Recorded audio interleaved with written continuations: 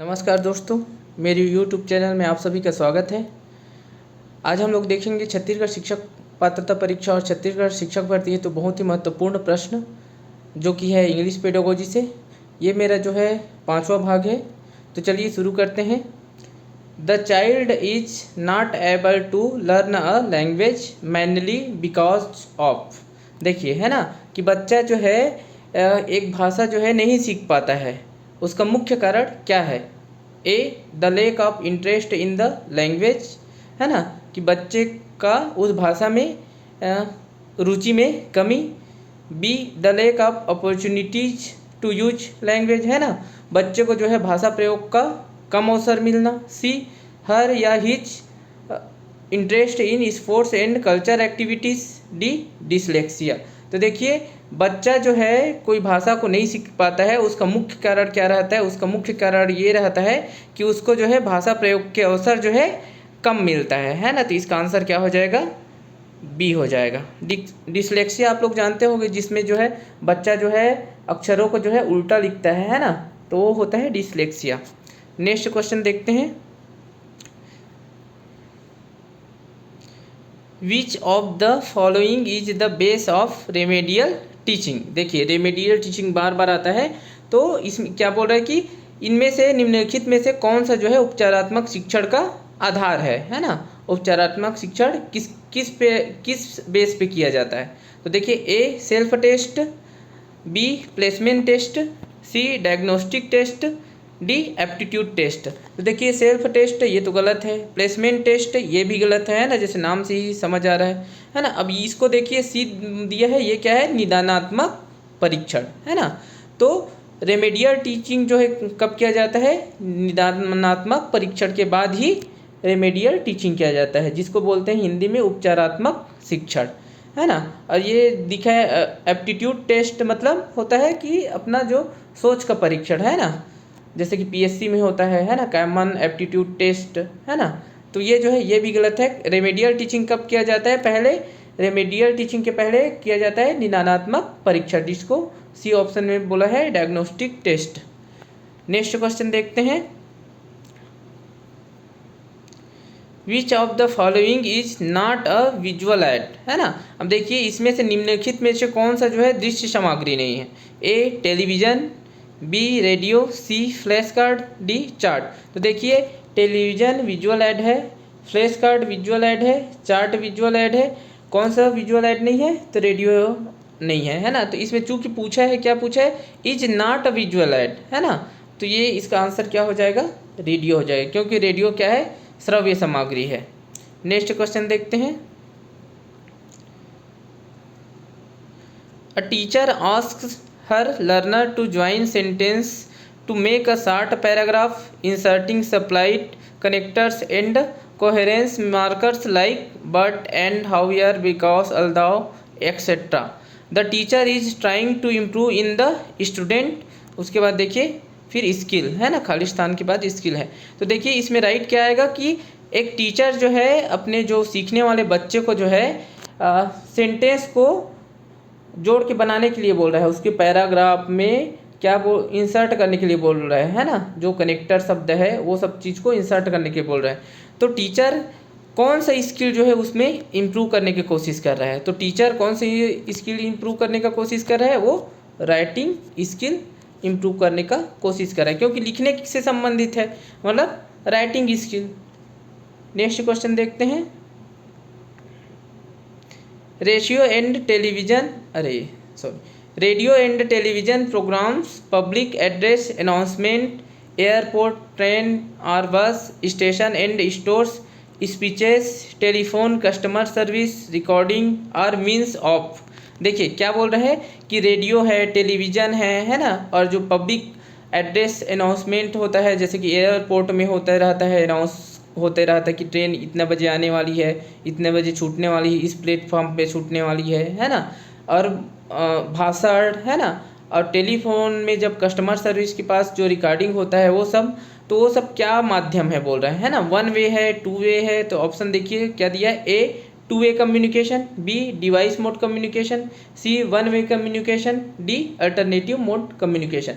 तो देखिए जब रेडियो क्या करता है, वन वे कम्युनिकेशन है, मतलब वक्ता और श्रोता दोनों एक साथ कम्युनिकेशन नहीं करते हैं। क्या करते हैं, रेडियो जो है मतलब रेडियो बोलते रहता है ना, उसको हम लोग सुनते रहते हैं, तो क्या है एक ही दिशा में कम्युनिकेशन होता है, एक तरफ, है ना। तो इसलिए क्या है, उसी प्रकार से जैसे रेलवे स्टेशन है, एयरपोर्ट है, वहाँ पे भी अनाउंस होते रहता है, तो वो भी क्या है, वन वे है, मतलब अनाउंस करके हमको जानकारी देते हैं, हम उनसे अपनी बात वहाँ तक पहुँचाते नहीं हैं, है ना। तो ये क्या हो जाएगा, ये सब किसके एग्जाम्पल है, ये वन वे कम्युनिकेशन के उदाहरण है।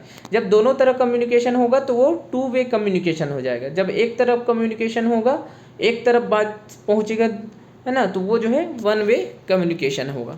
नेक्स्ट क्वेश्चन देखते हैं, what are the three components of PPP model of teaching.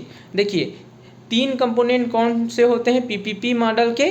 तो देखिए ऑप्शन ये दिया है प्रेजेंटेशन प्रैक्टिस प्रोडक्शन, बी दिया है प्रोडक्ट प्रैक्टिस प्रेजेंट, सी दिया है pre teaching practice teaching produce result, D दिया है pre teaching practice by teacher presentation. तो देखिए ये ऑप्शन जो है ए सही है, इसका क्या, प्रेजेंटेशन प्रैक्टिस और प्रोडक्शन, है ना। देखिए इसमें प्रेजेंट दिया है तो ये प्रेजेंट गलत है। अब दिया है pre teaching practice teaching produce result, तो ये भी गलत हो गया है। और ये जो है प्रैक्टिस बाय टीचर्स, तो ये भी गलत है। क्या सही है, पीपीटी मॉडल का मतलब प्रेजेंटेशन प्रैक्टिस और प्रोडक्शन। नेक्स्ट क्वेश्चन देखते हैं, the 4 basic language skills are categorised under 2 broad heads called. देखिए, है ना, जो लैंग्वेज सीखने का जो 4 कौशल है ना, लिसनिंग, स्पीकिंग, रीडिंग, राइटिंग, तो इसको जो है 2 कैटेगरी में बांटा गया है, मुख्य रूप से 2 कैटेगरी में बांटा गया है। वो कौन कौन सा है ना, A listening and speaking, B receptive and productive, C reading and writing, D presentation and production. तो देखिए लिसनिंग एंड स्पीकिंग तो नहीं होगा, क्योंकि इन्हीं को जो है बांटा गया है, जो 4 स्किल है उन्हीं को बांटा गया है, बोला है वहाँ ऊपर में लिखा भी है कि 4 इस लैंग्वेज स्किल। तो लिसनिंग एंड स्पीकिंग तो 4 इस लैंग्वेज स्किल में आता है ना। और रीडिंग राइटिंग भी नहीं होगा, क्योंकि ये भी 4 बेसिक लैंग्वेज स्किल में आता है। इनको जो है 2 कैटेगरी में बांटा गया है। तो ये है हमारा कौन कौन सा है, ये जो है देखिए प्रेजेंटेशन एंड प्रोडक्शन, ये भी सही नहीं है। कौन सा सही है, इसको 2 कैटेगरी में बांटा गया है, एक रिसेप्टिव स्किल और प्रोडक्टिव स्किल। तो इसका आंसर क्या है, be receptive skill and productive skill. और एक यहाँ पे और बता दे रहा हूँ कि देखिए कोई भी जो है लैंग्वेज स्किल को सीखने का क्रम क्या होता है, लिसनिंग, फिर स्पीकिंग, फिर जो है रीडिंग, उसके बाद लास्ट में आता है हमारा राइटिंग। अब देखते हैं इसमें रिसेप्टिव स्किल में कौन कौन सा आता है। तो रिसेप्टिव स्किल है हमारा लिसनिंग और रीडिंग, जिनसे हम कुछ रिसीव करते हैं, है ना, तो मतलब ग्रहण करते हैं, उसको बोलते हैं रिसेप्टिव स्किल। तो सुन के भी हम ज्ञान को ग्रहण करते हैं, पढ़ के भी ज्ञान को ग्रहण करते हैं, तो ये रिसेप्टिव स्किल में आता है। और प्रोडक्टिव स्किल मतलब हम जब कुछ चीज़ बताते हैं, है ना, प्रोडक्ट करते हैं, उत्पाद, हमारे मन के जो विचार है उसको दूसरे के पास लाते हैं, या फिर पेन कॉपी में कहीं पे भी, मतलब लेकिन हम व्यक्त करते हैं, तो वो होता है प्रोडक्टिव। तो वो प्रोडक्टिव किसके माध्यम से होता है, ये होता है आपका स्पीकिंग के माध्यम से, और जो है और किसके माध्यम से, स्पीकिंग और जो है राइटिंग के माध्यम से। और ये सॉरी यहाँ पे गलत लगा डाला, है ना। रिसेप्टिव में आता है आपका लिसनिंग और रीडिंग, प्रोडक्टिव में आता है आपका स्पीकिंग और राइटिंग। और देखिए एक और चीज़ यहाँ पे आता है कि प्राइमरी स्किल कौन सा है, लैंग्वेज का जो है प्राइमरी स्किल कौन सा है। तो लैंग्वेज का प्राइमरी स्किल है आपका लिसनिंग और स्पीकिंग। नेक्स्ट क्वेश्चन चलते हैं, if the student makes mistake while speaking in class, है ना, यदि एक बच्चा जो है कक्षा में बात करते हुए गलती करता है, मिस्टेक करता है ना, तो क्या है ये। अब देखते हैं इसमें कथन क्या क्या दिया है। ए सी या he should not be allowed to speak in the class, उसको बच्चे को इस कक्षा में बात करने के लिए अनुमति नहीं देना चाहिए।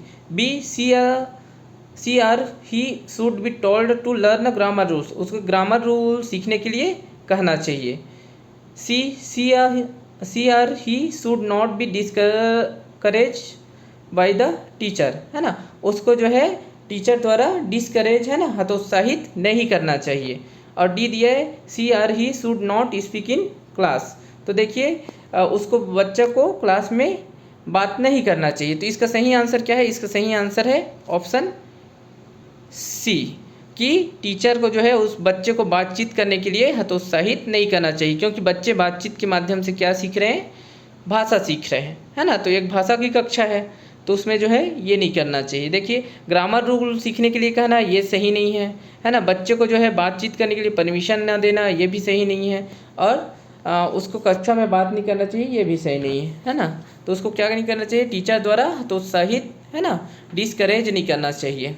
नेक्स्ट क्वेश्चन देखते हैं। When we want to test writing skill, we test the ability of the student, है ना। जब हम लिखने के कौशल का जो है टेस्ट कर रहे हैं, जांच कर रहे हैं, तो हमें विद्यार्थी के कौन सा क्षमता का जांच करना होगा, है ना। अब देखिए ऑप्शन क्या क्या दिया है। A, to present the matter in a well organised manner, है ना, कि जो भी मैटर है ना, जो भी विषय वस्तु है उसको सही तरीके से वेल ऑर्गेनाइज्ड मैनर में, है ना, सही तरीके से प्रस्तुत करने का जांच करेंगे। B, to participate in spoken discourse, है ना, कि बच्चों को जो है भाषण क्षमता का, उसका भाषण क्षमता में जो पार्टिसिपेट करने की क्षमता है उसका जांच करेंगे। To understand the main thought, है ना, बच्चे के जो है मुख्य विचार को समझने के लिए का जांच करेंगे। To make conclusion from the given extract, है ना, जो भी विषय वस्तु दिया है उसमें निष्कर्ष निकालने का हम जांच करेंगे। तो देखिए इसमें सही आंसर क्या है कि बच्चे का जो राइटिंग स्किल बोला है, तो चूंकि राइटिंग स्किल में क्या करते हैं कि बच्चा जो है कोई बात को किस प्रकार से प्रेजेंट कर रहा है ना, वेल ऑर्गेनाइज्ड मैनर में अगर वो प्रेजेंट कर रहा है, इसकी जांच हम राइटिंग स्किल में करेंगे। नेक्स्ट क्वेश्चन देखते हैं कि बच्चा जो है सही तरीके से कोई भी चीज़ को प्रेजेंट करे लिखने के माध्यम से। नेक्स्ट क्वेश्चन देखते हैं। Reading longer text usually for one's on pleasure is known as, है ना। देखिए जो लंबी पाठ्य को, है ना, जो लंबा पाठ्य रहे, है ना, पढ़ने का कुछ भी, उसको जो है स्वयं के आनंद के लिए जब कोई पढ़ता है तो उसको क्या कहा जाता है ना। जैसे कि लंबा लंबा जैसे ग्रंथ है ना, लंबा लंबा पाठ है ना, कहानी कविता का पुस्तक है, तो उसको जब कोई स्वयं के आनंद के लिए पढ़ता है तो उसको क्या कहा जाता है ना। रीडिंग का वो जो है प्रकार है ना, तो उसको A skimming, B scanning, C extensive reading, D intensive reading. तो देखिए जब कोई जो है मोटी मोटी पुस्तक को स्वयं के आनंद से पढ़ता है, जैसे कविता की बुक है ना, नोवेल है, ये सब चीज़ को जब स्वयं के आनंद के लिए पढ़ता है ना, तो उसको क्या बोला जाता है? उसको एक्सटेंसिव रीडिंग बोला जाता है। क्या बोला जाता है? Extensive reading. अब इसमें देखिए कि एक्सटेंसिव रीडिंग में जो है मोटी मोटी पुस्तक को या जो जिसका जो है ज़्यादा रहता है उसको पढ़ा जाता है, जबकि इंटेंसिव रीडिंग क्या होते हैं? इंटेंसिव रीडिंग में छोटा चीज़ को पढ़ा जाता है लेकिन गहराई के साथ पढ़ा जाता है। अब ये जो स्किमिंग और स्कैनिंग है, ये जो दोनों इसका भाग है, किसका? इंटेंसिव रीडिंग का। नेक्स्ट आगे में देखेंगे स्किमिंग और स्कैनिंग क्या है। नेक्स्ट क्वेश्चन है, देखिए which of the following expression can be used for apologising to someone, है ना। देखिए निम्नलिखित में से कौन सा जो है अभिव्यक्ति माफ़ी मांगने के लिए उपयोग किया जाता है किसी के द्वारा? तो ए यू लुक लवली, तो ये तो प्रशंसा के लिए उपयोग किया जाता है, ये तो गलत हो गया, है ना। गुड मॉर्निंग, ये अभिवादन के लिए किया जाता है जब सुबह उठेंगे किसी से मिलेंगे। सी नाइस टू मीट यू, है ना, तो आपसे मिल के अच्छा लगा, तो ये भी जो है गलत हो गया, है ना। किसको? I am sorry. तो देखिए अपोलोजाइज मांगने के लिए या क्षमा मांगने के लिए क्या बोलते हैं हम लोग? I am sorry. तो ये सही आंसर हो जाएगा।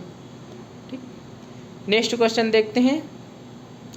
अ good language test is the one which a test the student ability to remember. देखिए पहला प्रश्न को ही समझ लेते हैं, क्या लिखा है? A good language test is the one which, है ना, कि भाषा का जांच करने का सबसे अच्छा क्या है ना, भाषा जांच का सबसे अच्छा निम्नलिखित में से कौन सा है? भाषा को जो बच्चे की भाषा सीखने का है ना, उसको जांच करने का सबसे अच्छा इसमें नीचे में कौन सा दिया है? तो A, test the student ability to remember, है ना, बच्चे की क्षमता का, बच्चे की याद करने की क्षमता का जांच, है ना। बी, इज नॉलेज बेस्ड, है ना, ज्ञान पे आधारित जांच। C, is text book based, है ना, पाठ्य पुस्तक पर आधारित जांच।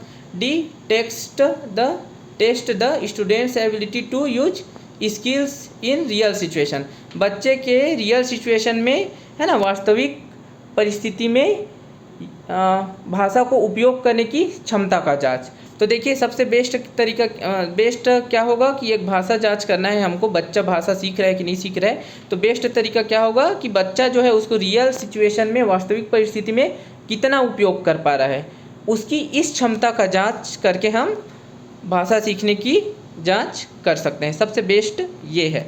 नेक्स्ट क्वेश्चन देखते हैं।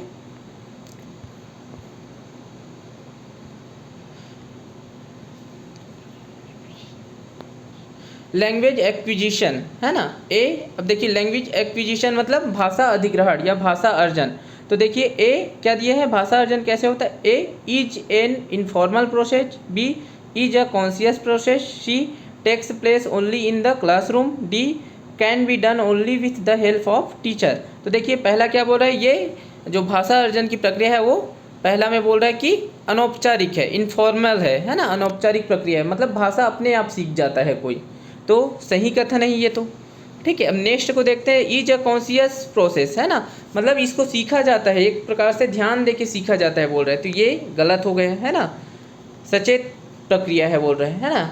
जबकि भाषा क्या है, अनौपचारिक तौर से बच्चा भी भाषा सीख जाता है, छोटा 2 साल 3 साल 4 साल का बच्चा, तो उसको भाषा को सीखने के लिए कोई सीख रहा होगा कि वो समझता नहीं है, वो अनौपचारिक तरीके से इनफॉर्मल प्रोसेस के द्वारा जो है भाषा सीख जाता है, भाषा को प्राप्त कर लेता है। तो देखिए ऑप्शन ए सही है। अब देखिए इसमें बी सी डी क्यों गलत है, क्योंकि ये देखिए सी में दिया है takes place only in the classroom, है ना, कि भाषा केवल कक्षा रूम में सीखा जाता है ना, तो ये भी गलत है। अब ये बोला है कि भाषा को, डी में बोला है कि can be done only with the help of teachers, है ना, कि ये जो है केवल टीचर की सहायता से सीखा जा सकता है, तो ये भी गलत है। अब नेक्स्ट क्वेश्चन देखते हैं, in which of the following method or approaches the students native language is the medium of instruction. तो देखिए क्या बोल रहे हैं, नेटिव लैंग्वेज मतलब होता है कि मातृभाषा, है ना, या जिसको भाषा, जो देशी भाषा भी बोल सकते हैं, जिसको बच्चा जानता हो, है ना। तो देखिए कौन से मेथड में जो है विद्यार्थी के नेटिव लैंग्वेज का मतलब विद्यार्थी के क्या बोलते हैं, विद्यार्थी के मातृभाषा को निर्देशों का माध्यम रखा जाता है ना, मतलब कि विद्यार्थी को जो है उसके भाषा में ही निर्देश दिया जाता है, हमको दूसरे भाषा को सिखाना है ना। तो कौन सी विधि में जो है विद्यार्थी के स्वयं के भाषा को निर्देशों का माध्यम रखा जाता है, हम जो बोलेंगे उसको उसके विद्यार्थी के भाषा में बोलेंगे और विद्यार्थी की भाषा में निर्देश देंगे। तो किस कौन से मेथड में ये किया जाता है? तो देखिए A, grammar translation method. B, direct method. C, structural approach. D, communicative approach. तो देखिए ये किस में किया जाता है, ये किया जाता है ग्रामर ट्रांसलेशन मेथड में। देखिए हम लोग जो स्कूल में पढ़ाते हैं ज़्यादातर किस में फोकस करते हैं, यही मेथड यूज करते हैं, ग्रामर ट्रांसलेशन मेथड। मतलब क्या करते हैं, इंस्ट्रक्शन तो हम उसको ग्रामर जो है का रूल बताते हैं और इंस्ट्रक्शन किस में देते हैं, बच्चे के अपने भाषा में देते हैं। जैसे हिंदी है तो हिंदी में देंगे, हमको अंग्रेजी सिखाना है ना, लेकिन इंस्ट्रक्शन किस में देते रहते हैं, बच्चे को पढ़ाते किस में रहते हैं, तो हिंदी में पढ़ाते रहते हैं। मतलब इंस्ट्रक्शन किस में दे रहे हैं, बच्चे की मातृभाषा में दे रहे हैं, जो बच्चा जान रहे हैं पहले से, है ना। और हिंदी के माध्यम से इंस्ट्रक्शन हिंदी में दिया जाता है और उसको सिखाया जा रहा है क्या, इंग्लिश।